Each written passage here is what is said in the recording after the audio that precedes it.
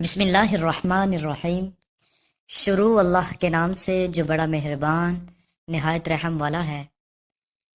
معزز سامعین، آپ کا ویلکم ہے حافظ چینل میں۔ تو آج کا جو ہمارا ٹاپک ہے وہ ہے شیطان۔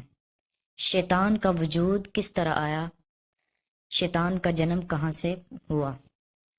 اللہ تعالیٰ کی بنائی ہوئی مخلوق میں جن بھی ہیں جو ہم کو دکھائی نہیں دیتے، مگر جن ہم کو دیکھ سکتے ہیں یہ بہت طاقتور ہوتے ہیں اور جہاں چاہیں تھوڑی سی دیر میں جا سکتے ہیں۔ اللہ تعالیٰ نے آدمیوں کو مٹی سے اور جنوں کو آگ سے پیدا کیا ہے۔ یہ جنگلوں اور پہاڑوں میں رہتے ہیں۔ جنوں میں سب سے بڑا جن شیطان ہے، اس کا نام ابلیس ہے۔ یہ پہلے آسمان میں رہتا تھا اور اللہ میاں کی بہت عبادت کرتا تھا۔ اللہ تعالیٰ نے جب حضرت آدم علیہ السلام یعنی انسانوں کے سب سے بڑے باپ کو بنایا تو فرشتوں اور ابلیس کو کہا کہ ان کو سجدہ کرو۔ سب فرشتوں نے اللہ کا حکم مانا اور انسان کو سجدہ کیا، لیکن شیطان نے سجدہ نہ کیا۔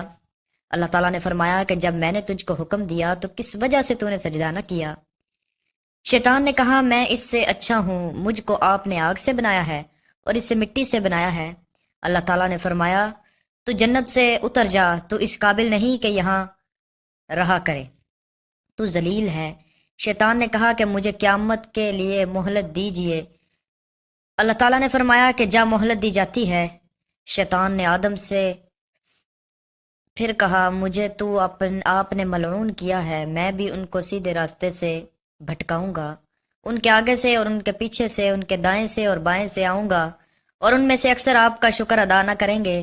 اللہ تعالیٰ نے فرمایا نکل جا یہاں سے ذلیل مردود۔ جو لوگ ان میں سے تیرا کہنا مانیں گے ان سب کو اور تجھ کو جہنم میں بھر دوں گا۔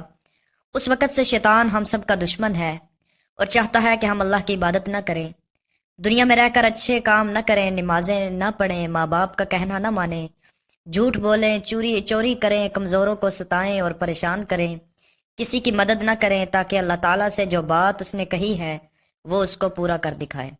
اگر شیطان کے کہنے میں آ گئے تو اللہ تعالیٰ نے بھی شیطان سے جو وعدہ کیا ہے وہ اس کو پورا کریں گے، یعنی شیطان کو اور جو اس کا کہنا مانیں گے سب کو جہنم میں بھر دیں گے۔ اللہ ہم سب کو جہنم سے بچائے، آمین۔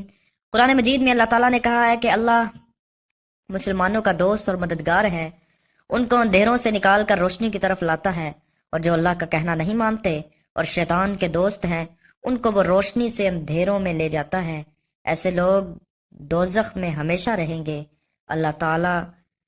ہم اللہ تعالیٰ کے دوست بنے ہیں یا شیطان کے، اب یہ ہم نے خود فیصلہ کرنا ہے۔